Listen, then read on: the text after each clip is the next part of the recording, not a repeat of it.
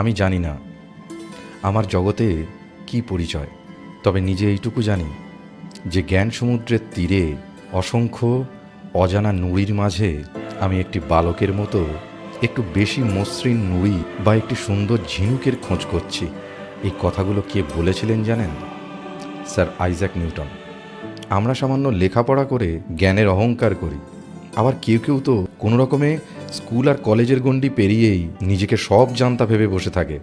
অথচ দেখুন, এত বড় একজন মানুষের এই কথাতেই পরিষ্কার হয়ে যায় সে একজন এত বড় বিজ্ঞানী আবিষ্কারক হওয়া সত্ত্বেও নিজেকে জ্ঞান সমুদ্রের তীরে সামান্য এক বালকের সাথে তুলনা করেছেন, যে কিনা কিছু নুড়ি আর সুন্দর ঝিনুক খুঁজে বেড়াচ্ছেন।